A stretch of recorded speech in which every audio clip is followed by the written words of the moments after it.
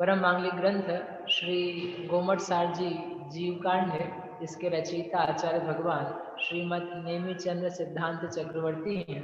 इसमें 20 प्ररूपणाओं का वर्णन है और उसी को विशेष रूप से समझने के लिए जैन अलौकिक गणित के अंतर्गत आचार्य देव ने संख्यामान और उपमामान का व्याख्यान किया है। संख्यामान के अंतर्गत 21 प्रकार की संख्याएं हैं, संख्यात, असंख्यात और अनंत। उनको अपन ने विस्तार से, मध्यम विस्तार से समझा। उसके बारे में एक भाव भासना बनाने का प्रयास किया कि वास्तव में असंख्यात क्या होता है, अनंत क्या होता है, और गिनती वाले अनंत क्या हैं और बिना गिनती वाले अनंत क्या हैं, यानी सक्षय अनंत और अक्षय अनंत। अनंत को लेकर के भी ऐसे दो कॉन्सेप्ट आपको केवल जिनागम में ही मिलेंगे। इसी को बताने के लिए आगे वर्ग धाराओं का वर्णन है। त्रिलोक सार जी में भी है और इसकी टीका में भी है, जो जीवकांड जी है। तो वर्ग धाराओं में वर्ग करते करते कहाँ कब कैसे चीजें आती हैं वो वहां पर दिखाया जाता है। उसी में लॉग थ्योरी का वर्णन है। लॉग थ्योरी यानी जो आपने 200-250 साल पहले इजाद किया है वैज्ञानिकों ने, गणित शास्त्रियों ने, तो वह हजारों साल पहले वर्ग धाराओं के अर्धच्छेद आदि के रूप में शास्त्र में पूर्व काल से विराजमान है। तो वो वर्ग धाराएं भी अपन यहाँ पर नहीं पढ़ रहे हैं। वर्ग धाराओं के बाद में फिर जो उपमा मान है, उस उपमा मान को यहाँ पर बताया जा रहा है। तो वो उपमा मान अपने को आज पूरा करना है, तो इसलिए अपन सीधे उसी पे चलते हैं। कल आपको कुछ प्रश्न भी दिए थे, वो अपन इसके अंत में करेंगे। तो उपमा मान किसे कहा था? जो गणना के द्वारा नहीं कहा जा पा रहा है, तो किसी के साथ कंपैरिजन करके एक समझने के लिए, भाव भासना के लिए जो किया जा रहा है, उसका नाम है उपमा मान। सदृशता के द्वारा कंपैरिजन करके कोई वस्तु को बताया जाए, उसका नाम है उपमा मान। तो ऐसे 8 उपमा मान दिए हैं। 8 कौन कौन से हैं? पल्य, सागर, सूच्यंगुल, प्रतरांगुल, घनांगुल, जगत श्रेणी, जगत प्रतर और जगत घन। ऐसे करके ये 8 हैं। इनमें से 2 हैं टाइम को बताने के लिए, इन्हें टाइम की यूनिट्स के लिए यूज किए जाते हैं, और बाकी जो 6 हैं वे 6 उपमाएं कुछ क्षेत्र को बताने के लिए यूज की जाती है। तो यहाँ पर अपन पहला पल्य पढ़ते हैं कि पल्य क्या चीज है। तो पल्य आपने अनेकों बार सुना होगा। पल्योपम, 3 पल्य की आयु, 2 पल्य की आयु, हाँ 1 पल्य की आयु, आधा पल्य कम हुआ। ऐसे करके पल्य में काफी सारे शब्द आते हैं। उसी को समझने के लिए यहाँ पर ये विधान बताया है। तो यहाँ 3 प्रकार के पल्य हैं: व्यवहार पल्य, उद्धार पल्य और अद्धा पल्य। तीनों अलग अलग हैं और तीनों के वैल्यूज अलग अलग हैं, और तीनों का एक एक प्रयोजन है कि इसको आप क्यों बता रहे हो। तो जो व्यवहार पल्य है, उससे रोम खंड की संख्या गिनी जाती है कि एक गड्ढे में कितने ज्यादा, कितनी संख्या में रोम आते हैं। रोम यानी ये जो बाल होता है ना, बाल बोलते हैं ना, रोम रोम पुलकित हो जाए जब जिनवर के दर्शन पाए। तो वो रोम जो चीज है वही रोम है। तो क्या रोम रोम पुलकित होता है? जो ये हमारे रोए रोए निकलते रहते हैं, इसी का नाम है रोम। तो उन रोमों की संख्या निकालनी है, तो उसको निकालने के लिए यूज किया है व्यवहार पल्य को। फिर उसके बाद में उद्धार पल्य। उसी के आधार से आगे बढ़ेंगे तो उससे निकलेगी द्वीप समुद्रों की संख्या। जो अपन ने मध्य लोक में वो एक द्वीप, एक समुद्र में सरसों वगैरह डाली थी ना, तो वो द्वीप समुद्र करते हुए कितने द्वीप समुद्र हैं उसको बताने के लिए है उद्धार पल्य। फिर उद्धार पल्य से भी आगे जाएंगे अद्धा पल्य।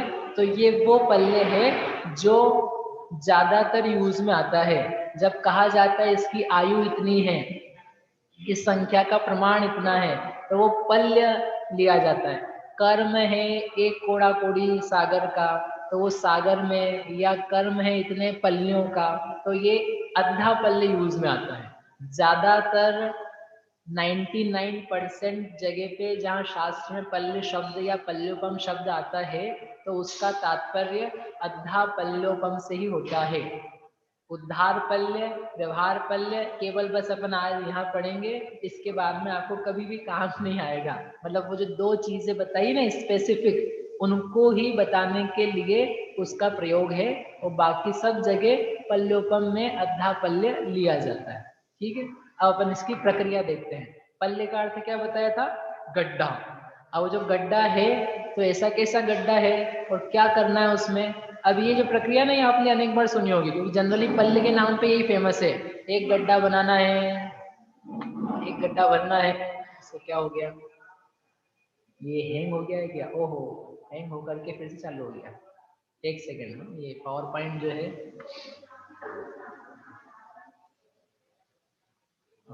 आ गया।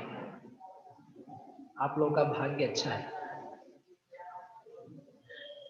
व्यवहार पल्य, तो हमने आपसे कहा था कल एक गड्ढा बनाएंगे, लेकिन गड्ढा, खुशी की बात क्या है कि बहुत बड़ा गड्ढा नहीं बनाना है। अच्छा है ना? आप लोग तैयार हो विवेक भैया गोढ़वर? अब क्या 1,00,000 योजन का नहीं बनाना है, 1,000 योजन गहरा भी नहीं बनाना है। क्या करना है? 1 योजन प्रमाण गहरा और 1 योजन चौड़ा। चौड़ा है ना उसका व्यास, जो डायामीटर है वो डायामीटर लेना है 1 योजन का, और गहराई लेनी है 1 योजन की। कौन सा वाला योजन लेना है? प्रमाण योजन लें कि व्यवहार योजन लें? प्रमाण योजन। तो प्रमाण योजन का प्रमाण क्या बताया था? लगभग 6,000 किलोमीटर। अब वो 1 योजन भी कम नहीं है, 1 योजन भी कितना है? लगभग 6,000 किलोमीटर। इतना गोल, और नीचे भी कितना जाना है आपको? 6,000 किलोमीटर। आप सोचो, कोई भी नीचे इतना गहरा जाता ही नहीं है। पृथ्वी के नीचे कितना गहरे गए हो, अपन ये गड्ढा वड्ढा खोदते हैं तो आधा किलोमीटर भी नहीं हो पाता है। तो कितना जाना है? 1,000 नहीं, 2,000 नहीं, 6,000 किलोमीटर। इतना गोल और इतना गहरा एक गड्ढा खोदा। गड्ढा खोदने के बाद में क्या करना है उसमें? उसमें अपने को बाल भरने हैं, रोम भरने हैं, रोम। तो रोम कौन से लेने हैं? सबसे बारीक रोम लेते हैं। तो सबसे बारीक रोम है उत्तम भोग भूमि का। उत्तम भोग भूमि क्या होती है? 3 प्रकार की भोग भूमियां हैं, उत्तम, मध्यम, जघन्य, और उसके बाद में आती कर्म भूमि, जहां पर मनुष्य पाए जाते हैं और वे मनुष्य अपने 80-80 आदि क्रियाकलापों को करके जीवन यापन करते हैं। भोग भूमि में कल्प वृक्ष की व्यवस्था रहती है, तो वहां पर कामकाज नहीं करना पड़ता है, केवल अपना भोगों के कल्प वृक्षों से मिली हुई चीजों से जीवन चल जाता है। तो जो भोग भूमि है उसके 3 टाइप्स होते हैं, जघन्य, मध्यम, उत्कृष्ट, उत्तम। तो जो उत्तम भोग भूमि है उसका बाल सबसे पतला है, मध्यम का उससे 8 गुना है, जघन्य का उससे भी 8 गुना है मोटाई उसकी, और जो कर्म भूमि यानी हमारे आपके जैसे लोग हैं, इनका बाल, रोम, वो उससे भी 8 गुना ज्यादा मोटा है। मतलब ये जो अपने बाल है ना, आप सोच लो इसको 8 और 8 64, और 8 64 में एक बार और 8 का मल्टीप्लाई करो, कितना हो जाएगा? 6 और 3 512, 512 गुना पतला। अपने बाल से 512 गुना पतला, यानी उसमें 512 का डिवीजन करो, तो इतना पतला बाल है उसका। तो वो जो बाल है मेंढे का, 7 दिन में जन्मा मेढा है, तो उसके बाल निकले, रोम निकले, उस रोम का अग्रभाग लेना है। अग्रभाग यानी tip, tip of the hair, बाल का आती है। तो वो जो है ना यहाँ का रोम, उसकी टिप ली, इतना छोटा, कितना छोटा होगा आप सोच सकते हो? उसको लेना है और ले करके गड्ढे में डालना है। किसको? मेंढे को नहीं। आप लोग होशियार हो, नहीं तो अपने कोई जीव हिंसा नहीं करनी हो। बोले मेंढे को भैया आपने बोला था गड्ढे में भर देंगे, तो फिर मेंढे का क्या होएगा? मेंढे को नहीं करना है, मेंढे का बाल। तो बाल कतरने जाएंगे तो हिंसा हो जाएगी ना। अरे आपको जा जाके उत्तम भोगभूमि में ऐसे काम नहीं करने हैं, नहीं तो ये होशियार लोग क्या करेंगे? अब आपको उत्तम भोगभूमि जाने तो पहले, अब हम बाल काटेंगे, नाई बनेंगे, और नाई बन करके अपने को कल्पना करनी है। इसलिए इसका नाम क्या है? उपमा मान, उपमा करनी है अपने। ठीक है, तो उस बाल का टिप लिया, टिप लेकर के डाल दिया उस बड़े गड्ढे में, तो कितना भरा वो? जरा सा। फिर एक और बाल लिया, फिर उसका टिप लिया, अग्रभाग लिया, ऐसा डाल दिया, जैसे 2 3 4 5 6 ऐसे बहुत सारे बाल जो हैं उसमें डाल दी। कितने डाल देने के हैं? जितने से वो दबा दबा के, क्योंकि बाल जो होते हैं ना बहुत जगह मतलब हवा आ जाती है उसमें, गैप आ जाता है, तो उसको दबा दबा करके पूरा रोमों के समूह से भर देना है। किसको? गड्ढे को। और वो गड्ढे में जितने रोमखंड आएंगे उसका नाम है व्यवहार पल्ल के रोमखंड। ठीक है, हो गया। कितने आएंगे? क्यों संजय भैया कितने आएंगे? कितने आएंगे? बहुत सारे आएंगे। संख्यात आएंगे कि असंख्यात आएंगे? संख्यात ही आएंगे। क्यों संख्यात आएंगे? क्योंकि हमारा गड्ढा संख्यात योजन का ही है, और जो बाल का प्रमाण है वो भी संख्यात सेंटीमीटर, मिलीमीटर, डेसीमीटर, मतलब बहुत मोटी संख्या में है। तो उसके आयतन से इस बाल के आयतन को डिवाइड करेंगे तो आपके पास रोम खंडों की संख्या आ जाएगी। जैसे अपन एरिया निकालते ही नहीं, 10 बाय 10 का हॉल है और एक आदमी 1 बाय 1 का है।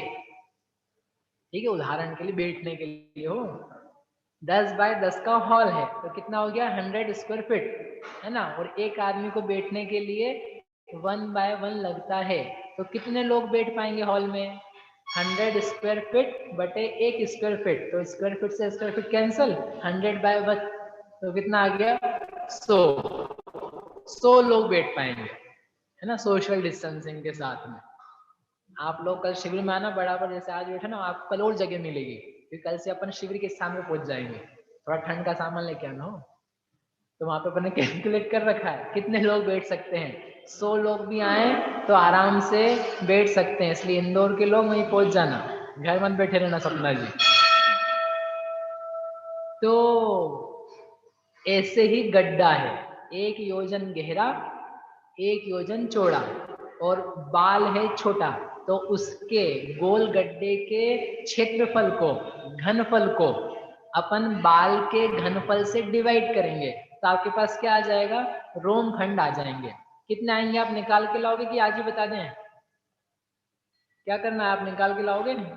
निकाल के मत लाओ, ऐसे अपन निकाल लेते हैं। कितने रोम खंड आएंगे? तो यहाँ पे रोम खंडों का प्रमाण दिया है, रोम कितने हैं उसमें, इसमें है 45 अंक प्रमाण रोम, 45 डिजिट्स जिसमें आती है। पहले कितनी डिजिट्स आई थी? 46 अंक प्रमाण। और वो जो सरसों अपन ने भरी थी एक अनवस्था कुंड में 1 लाख योजन के, तो उसमें भी फ्लैट ही भरो, ऊपर तक ना भरो, तो वो भी कितनी थी? 45 अंक प्रमाण। और ऊपर जो भरी थी वो 46 अंक प्रमाण थी। तो जैसे वहां 1 लाख के योजन गड्ढे में सरसों भरा था, सरसों मोटा था, तो वो 45 अंक आए थे। और यहाँ पर 1 योजन का है लेकिन बाल छोटा है, तो रोम खंड कितने आए हैं?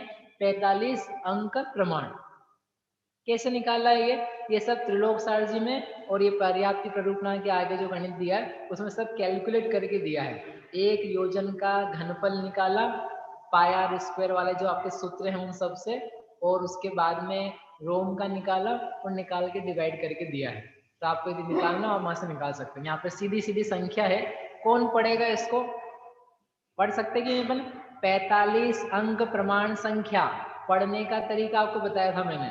7 7 के ब्लॉक्स बनाओ और लास्ट में जो बच जाएगा 3 अंक, उनको लेकर के करोड़ करोड़ करोड़ करोड़ बोलना। ठीक है, तो इसको कैसे पढ़ेंगे? 413, 413 है 413, 3 अंक बच गए ना यहाँ पर। 3 अंक क्यों बच गए? 7 × 6 42, 42 अंक तो कवर हो गए 7 7 के ग्रुप में, और 3 अंक बच गए, तो ये है 413। 413 कोड़ा कोड़ी नहीं, करोड़ करोड़ करोड़ करोड़ करोड़ और ये करोड़। उसके बाद 45,26,303 करोड़ करोड़ करोड़ करोड़ करोड़। 8,20,317 कोड़ा कोड़ी कोड़ा कोड़ी।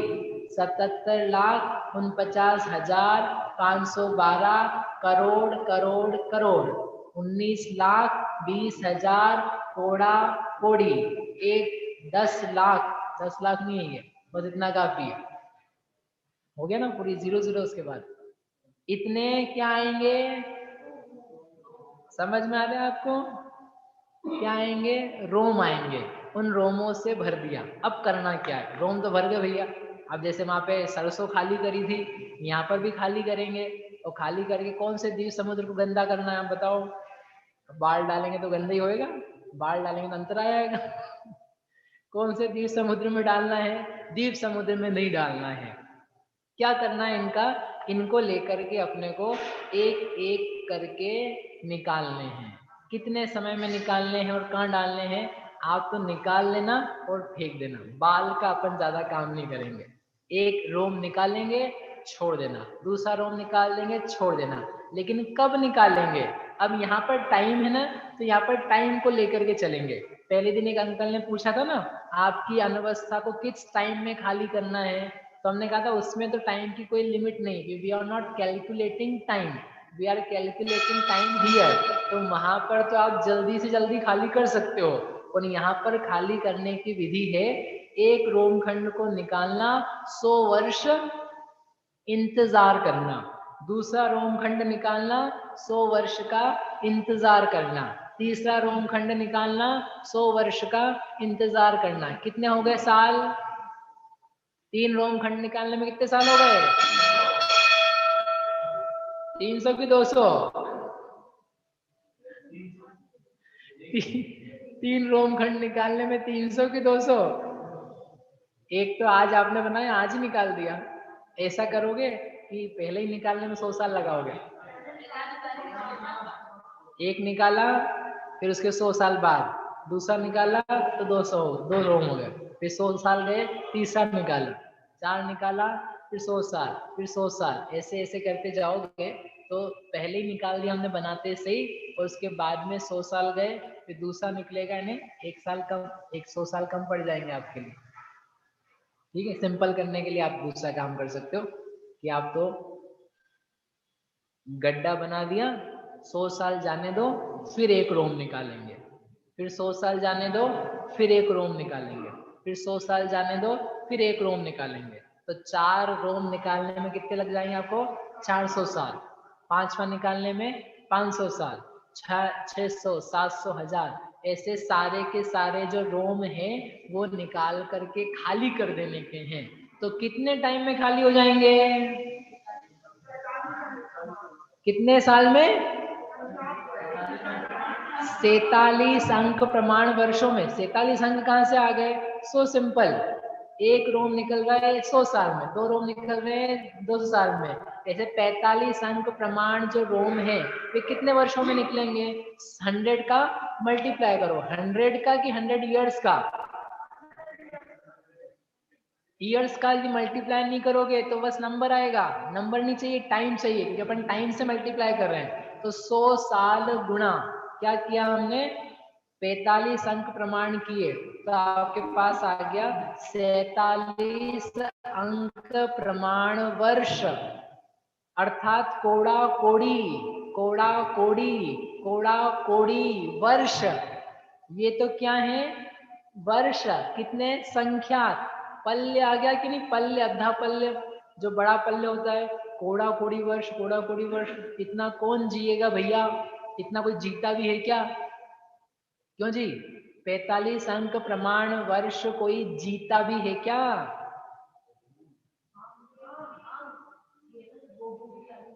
कोई जीता है कि नहीं? हाँ, इतना भी कोई जीता है?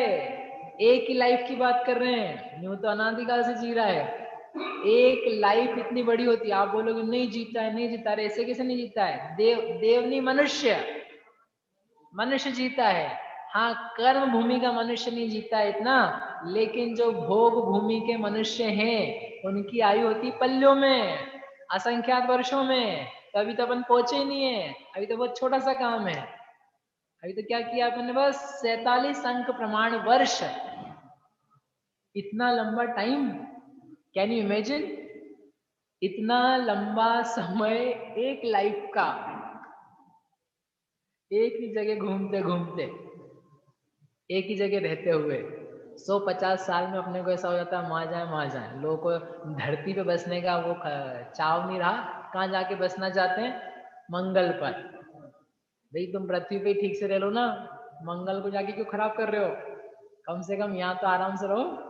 लेकिन 100-150 साल में ऐसा हो जाता है। सोचो इतने लाखों करोड़ों अरबों खरबों कोटा कोटि वर्षों में जीव कैसे जीता होगा एक ही लाइफ में, लेकिन इतना साल जीता है। लेकिन वो यहाँ पर गड्ढा नहीं बनवाना इन लोगों से, लेकिन इतनी लाइफ होती है, कहने का तात्पर्य ये था। अब इसके आगे चलते हैं। इसके आगे जाने पर क्या होगा, ये जो टाइम निकला है इसी का नाम है व्यवहार पल्ले के वर्ष। दो चीज हैं, व्यवहार पल्ले के रोम और व्यवहार पल्ले के वर्ष।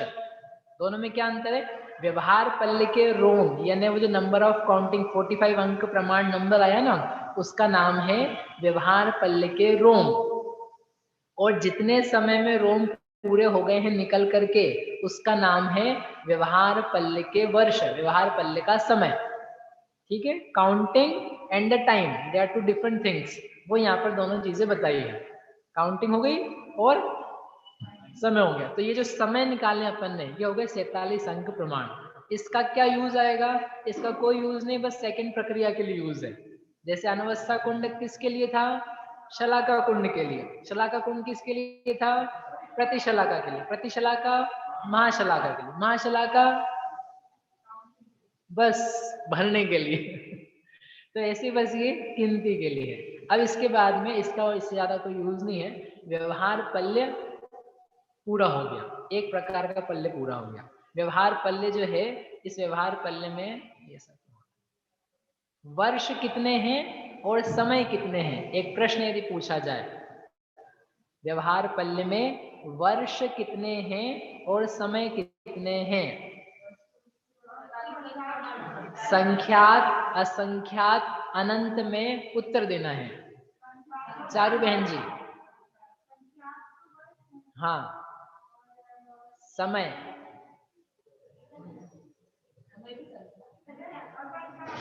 संख्यात संख्यात असंख्यात, बोलो भव्य। समय असंख्यात है। दो दो आप लोगों के वो हो गए, टाई हो गए। व्यवहार पल्ल में आने वाले वर्ष, वर्ष कितने हैं? संख्यात ही हैं। क्यों संख्यात हैं? क्योंकि काउंटिंग है ना, काउंटिंग नंबर ऑफ ईयर्स, वो तो अपन ने लिख करके दिया है 47 अंक प्रमाण, तो गिनती दिखी रही है साफ साफ। और जो समय है, समय कितने हो जाएंगे? मध्यम युक्त असंख्यात। क्यों? क्योंकि एक आवली उसमें समाहित है, तो एक आवली के समय जघन्य का संख्यात होते हैं, और उसमें अपन ने मल्टीप्लाइड बाय संख्यात किया है अनेकों बार, तो क्या आ जाएगा आपके पास? समयों की संख्या कितनी है? असंख्यात। समझ में आया? क्योंकि एक आवली है ना, उसके भीतर अनेक आवलियों से मिलकर के क्या बनता है? एक सेकंड, सेकंड से मिलके क्या बनता है? मिनट, मिनट से मिलके बनता है घंटा, घंटे से मिलके बनता है पक्ष, मास, ऋतु, अयन, वर्ष, वर्षों वर्ष। वही यहाँ पर निकाल के सामने दिखाया कि समय कैसे निकल गए। 45 अंक प्रमाण बाल के समूह और 100 वर्ष है ना, तो वर्ष को कन्वर्ट कर दिया 2 अयन में। अयन यानी 6 मंथ्स का जो ग्रुप होता है। 6 महीने सूरज बाहर जाता है, 6 महीने सूरज अंदर आता है। दक्षिणायन, उत्तरायन, सुना कभी? दक्षिण में मतलब बाहर सूरज जा रहा है और भीतर सूर्य आ रहा है, तो जब ऐसा होता है 6-6 महीने का अयन कहलाता है। और एक अयन में 3 ऋतुएं होती है, तो 3 का मल्टीप्लीकेशन किया। एक ऋतु में 2 महीने होते हैं, तो 2 महीने का गुणा किया। एक महीना 30 एक दिन में 30 मुहूर्त होते हैं। 48 मिनट का एक मुहूर्त कहलाता है। तो 24 घंटे में कितने मुहूर्त होते हैं? 30। और एक मुहूर्त में संख्यात 1000 करोड़ आवलियां होती है। एक मुहूर्त यानी 48 मिनट में कितनी आवलियां? संख्यात 1000 करोड़। और एक आवली में समय कितने होते हैं? जघन्य युक्त संख्यात। तो इन सबको अपन ने मल्टीप्लाई कर दिया, तो आपके पास क्या समय आ गए? असंख्यात समय निकल करके आ गए। समझ में आया? अरे समझ में आया कि नहीं आया? नहीं आया? बट जैसे अपन बड़ा करते ना, 1 क्विंटल है तो क्विंटल से किलोग्राम मिलीग्राम तक जाना हो तो उसके यूनिट्स को मल्टीप्लाई करते जाते हैं, वैसे के वैसे यहाँ किया है। इस प्रकार से ये पहला जो खंड था, अपना पहला पल्ले था, वो पूरा हो गया।